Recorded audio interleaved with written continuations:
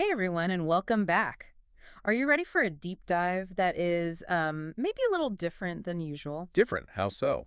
Well, we are diving into the career of Natália Dolgushyna, Okay. and we have two different versions of her CV. Interesting. Yeah. So we are going to see what we can piece together about her career journey Sounds fun. and figure out what we can all learn from it. Awesome. Let's get started. So what stands out to you right off the bat about Natalia's career? It's definitely not a straight line. It's kind of all over the place, right? Yeah, totally. But even from her early roles, like even her very first one, we can kind of piece together some really interesting skills. Okay, so she starts at UA Today as a journalist. Yep. And works her way up to head of the night shift. Wow, okay, so she was in charge of the whole team overnight, Exactly. And think about the pressure of getting news published quickly overnight. right? But she also helped to boost their publication speed by 20%. That's pretty impressive. Really impressive, especially that early in her career. Makes you wonder, how'd she pull that off? I know, right? What were her strategies? What kind of leader was she? Yeah, like what was going on behind the scenes? Exactly. So after that, she moves on to McCann Kiev. So this is a global advertising agency. Oh, wow, interesting. It's like a little hint at her international experience that we see more of later. Right, right. And she also got her business degree from the International Christian University. All in English, too. Wow, okay, so comfortable in a multicultural setting and strong communication skills, probably right from the get-go. Absolutely, and that's important for what comes next. What's next? Yandex. Okay, Yandex, the Russian tech giant. And she spent a decade there. A decade, which is a really long time, especially at a company like Yandex, which, is constantly growing and evolving. So what was she doing at Yandex for all those years? Well, she held a variety of roles, actually. Yeah. Partner relations manager, project manager, even back office manager for a bit. So it seems like she was all over the company. Yeah, it's almost like she was trying to get experience in all these different areas of the business. I like that. It's like she was intentionally building up a diverse set of skills, And think about the technical knowledge that she must have picked up at a company like that. especially as partner relations manager. Totally. Okay. She was probably bridging the gap between like complex technology and the needs of their partners, which, can be a tough job. Makes me wonder if she was always drawn to education or training in some way. That's interesting, yeah. Maybe she liked breaking down these complex concepts for others. Yeah, like maybe that was a little spark. Yeah, who knows? And then there's her time as a back office manager. Okay, so that's like behind the scenes stuff, right? Right. All the stuff that most people don't think about, but it keeps the company running smoothly. So what kind of skills did she develop there? I mean, managing operations for a huge company like Yandex, she had to be good at problem solving, Right. process optimization, and probably even some diplomacy. Oh, yeah, for sure. She had to keep everyone happy. Exactly. But these skills, these are transferable skills, Right. Skills that are useful in any job. especially leadership roles.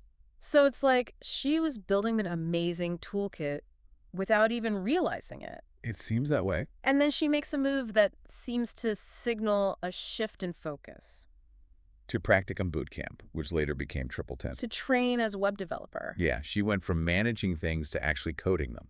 Interesting. So this is where her path takes a turn towards ed tech, right? Yeah, and it's not completely random. Okay. She's taking what she learned at Yandex and adding a whole new set of technical skills. So she's combining her management and communication experience with coding. Exactly. And what she does next is really impressive. What's that? So she joins Practicum USA, Okay. and not only does she lead a remote international team, Oh, wow. but she also releases a complete 10-month web development program. Wow. That's a huge undertaking. It is coordinating all the moving parts of a program like that Across different time zones. across different cultures. And she managed to pull it off. She did. It makes you think, what kind of leader is she? Like, what's her secret? I don't know if there is a secret, but she's clearly doing something right. Yeah, for sure. And then, on top of all that, she starts hosting educational videos. So now she's not just managing projects, she's actually stepping into the role of educator, Wow, okay. breaking down these complex concepts for a wider audience. So it's like we're seeing a pattern emerge. Right, this passion for teaching, for sharing knowledge, Mhm. it's becoming more and more evident. Yeah, and it seems like it's going to play a bigger role in her career as we move forward. Absolutely. And as we get into her roles at Upload Care and Code for All, we'll see that passion really shine through. Okay, but before we jump ahead, what stands out to you so far about Natalia's journey? I'm just amazed by her willingness to dive into new challenges, even if they seem completely outside her comfort zone. Right, like she's not afraid to learn new things. And she's always pushing herself to grow. Yeah, and it seems like she's driven by this desire to understand how things work. Exactly. It's a reminder that sometimes the most valuable skills come from experiences we might not initially consider relevant. That's a really good point. And her journey is far from over. Let's see where it leads us next. Okay, let's do it. Welcome back to our deep dive into Natália Dolgushyna's career. It's amazing how she goes from these big projects to hands-on web development to education. I know, right? Like it all seems so connected somehow. It really does. But before we move on to her later roles, can we go back to her time at Yandex for a minute? Yeah, sure. What about it? Well, we talk about all the positions she held, but there's a lot more we can uncover there. Okay, yeah. What are you thinking? So remember, Yandex is a huge tech company. And while Natália was there, technology was changing so rapidly. Oh, right. So it wasn't just about managing people. She had to keep up with all those technical advancements too. Exactly. And what kind of technical skills do you think she would have needed? Well, as partner relations manager, she probably had to have a deep understanding of all of Yandex's products and services. Right, like search engines, maps, all that stuff. And they're all powered by these complex algorithms and data analysis, right? And then she had to explain all that to partners who might not have the same technical background. That's a skill in itself, being able to break down complex stuff so anyone can understand. Totally. And as project manager, she probably worked with technical teams, understood development timelines, maybe even had to solve technical problems sometimes. So she was exposed to the world of software development from all angles. Pretty much. And those transferable skills we talked about earlier, like project management and communication, those become even more important in a tech environment. I see what you mean. And even her time as back office manager must have given her some valuable insights. Right, like how the whole company operates behind the scenes. It's like she was getting a crash course in how things work. And all these experiences, they might seem unrelated, but they actually all contribute to a broader understanding of how organizations function. So even though her move into ed tech seems like a big jump, it's actually more of a natural progression. Exactly. All those threads like communication, tech skills, leadership, they all come together perfectly for EdTech. It's like she was building this unique skill set all along. Right. And that passion for education we've seen glimpses of, that becomes even stronger now.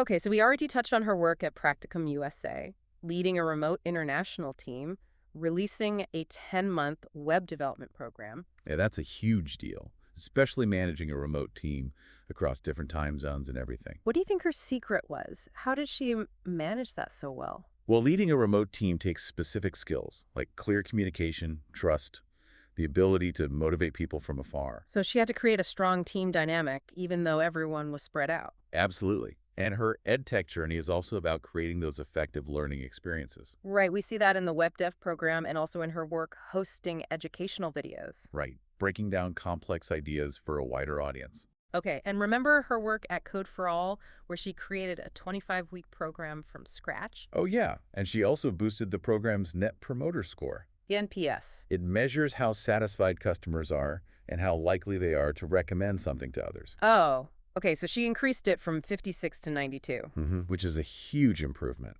So her program wasn't just teaching skills, it was creating a really positive experience. Wow, and the program runs on its own now, without her direct involvement. Right, so it's sustainable, it's effective, and it's all thanks to her initial design. It's like she built something that can stand the test of time. Exactly. Her EdTech journey shows how she combines all those skills and experiences to make a real impact. It's not just about being good at tech, it's about leadership, communication, and a genuine passion for education. It all comes together to create something amazing. It's really inspiring to see how she takes all those pieces of her career and makes them fit together. Right, but there's one more experience we need to explore. Her work with helping to leave. Yes, this is where we see a whole new side of her skills, navigating a real-world crisis. Okay, let's dive into that next.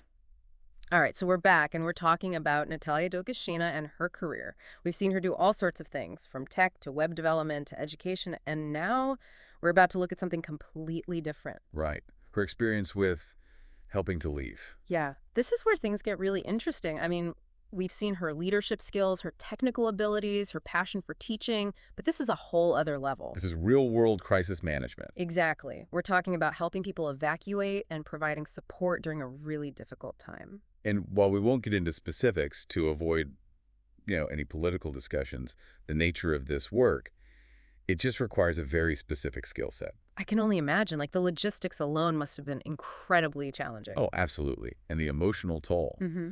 But Natalia was able to navigate all of that She must have had to make some tough decisions under pressure. and communicate clearly and act decisively in constantly changing circumstances. It really shows how adaptable she is. She was able to use all those skills she'd developed over the years in a completely different context. Right? Her project management skills, Hmm. communication, problem solving, those suddenly take on a whole new meaning when you're dealing with a humanitarian crisis. It also speaks to her compassion. She didn't have to do this, but she chose to use her skills to help people in need. And that's something we can all learn from, right? Yeah, Thinking about how we can use our own talents to make a positive impact. definitely. It's a reminder that our skills and experiences are valuable even in unexpected situations. All right, so before we wrap up our deep dive, there's one more section in Natalia's CV that we haven't looked at yet. Oh, right. Her other cool knowledge section. I always love those. Me too. It's where we get those little insights into someone's personality and unique interests. Okay, so what does Natalia have for us? Well, she lists experience in crisis management, which we already talked about. She's also an experienced Linux user. Okay, so that means she's comfortable with more technical stuff. Exactly. And she mentions being good at creating and following guidelines and tone of voice, which makes sense with her content creation background. Right. She understands the importance of clear communication. And she considers herself a content strategy owner. So she takes initiative and drives results. That's great. Oh, and this one made me chuckle. She says she has the best behaved dog in the neighborhood. Ah, that's sweet. It's good to remember that behind all these achievements and skills, there's a real person with a life outside of work. Exactly. Okay, but let's get back to the professional stuff for a second. Her Linux experience is really interesting. Yeah, why is that? Well, Linux users are often known for being very resourceful. Like they can find solutions to technical challenges that other people might not be able to, So it speaks to her problem-solving abilities. for sure. And her focus on guidelines and tone of voice shows that she pays attention to detail and wants to make sure things are consistent. That's important no matter what you're doing, whether it's managing a team or creating content or, even coordinating a humanitarian effort. Communication is key. Absolutely. So, as we come to the end of our deep dive, what are some of the biggest things we've learned from Natalia's career? I think the most important lesson is to be adaptable and to never stop learning. Her career path is all over the place, in a good way, of course, Yeah, it shows that you don't have to follow a traditional path to be successful. and she's always taking on new challenges, learning new skills, and pushing herself outside of her comfort zone. And she's not afraid to use her skills to help others, which is really inspiring. Absolutely. So, what resonated most with you about Natalia's journey? What can you apply to your own career?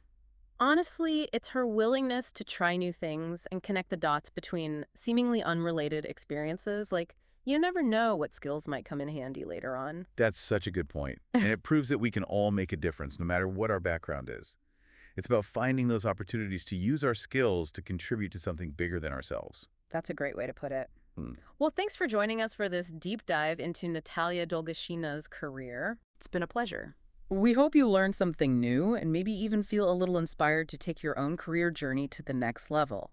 Until next time, keep learning, keep growing, and keep diving deep.